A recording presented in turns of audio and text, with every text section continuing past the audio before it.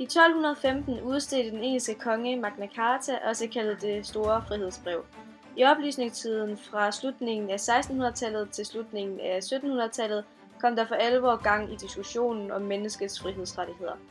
Perioden fik sit navn, fordi den tids filosofer, videnskabsmænd og forfattere var overbeviste om, at mennesket ved hjælp af fornuften kunne finde ud af alt.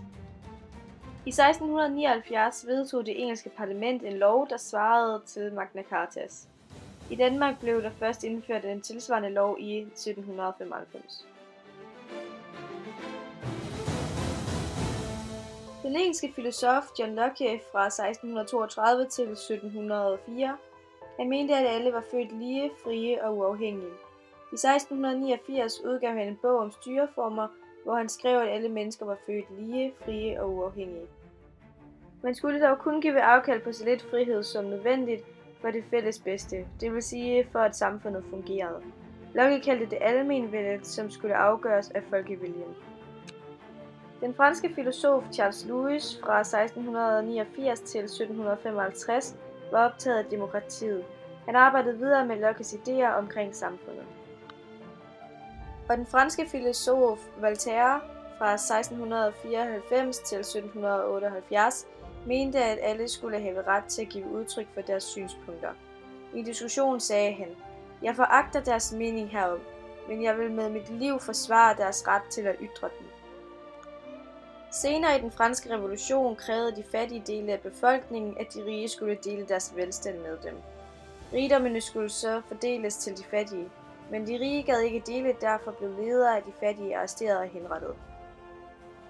Den franske revolution startede, da borgere, håndværkere og købmænd krævede at være med til at styre landet. Under revolutionen erobrede borgerne magten i Frankrig. I 1793 henrettede de kongen. Borgerne skabte et friere samfund, men friheden kom ikke de fattigste franskmænd til gode. I 1799 tog Napoleon magten i Frankrig og indførte en slags militærdiktatur. Den amerikanske uafhængighedserklæring blev indført i 1776, før den franske revolution i 1789, da man vedtog erklæringen om menneskets og borgerens rettigheder. Frihedsrettighederne galt kun for borgerne. En borger var en mand, som var overhovedet i en husstand. De sorte, slaver og indianerne var ikke omfattet af rettighederne, ligesom der heller ikke galt for kvinder, tjenestefolk og fattige. Efter den russiske revolution i 1917 blev Sovjetunionen oprettet. Det nye kommunistiske styre vedtog erklæringen om det arbejdede og udbyttede folks rettigheder. Den satte strenge regler for, hvad den enkelte måtte eje. Der blev lovet en masse ting, som f.eks. ytringsfrihed, men det var ikke noget, de fik. Først blev rettighederne begrænset til medlemmerne af Kommunistpartiet. Senere blev både ytrings- og forsamlingsfriheden afskaffet. Hvis man blev kritisk over for magthaverne, risikerede man at blive straffet eller henrettet. Staten bestemte, hvad der skulle fremstilles og hvad varerne skulle koste. Det kommunistiske system egnede sig ikke til at skabe økonomisk vækst, eftersom ens økonomi ikke steg ved at arbejde mere effektivt. Zaren var Ruslands enevældige hersker. I løbet af 1980'erne var den sovjetiske økonomi så dårlig, at det blev nødvendigt for de kommunistiske magthavere at gøre noget, hvor du f.eks. fik en vis ytringsfrihed.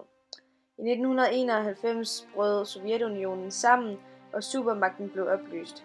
De fleste tidligere sovjetrepublikker, blandt andet Estland, Letland og Litauen, blev selvstændige stater og indførte demokratiske styreformer, der mindede om de vesteuropæiske. I Rusland blev der også indført demokrati, men i 2007 kneb det lidt med frihedsrettighederne. Da Danmark fik demokrati i 1849, fik kun mænd stemmeret.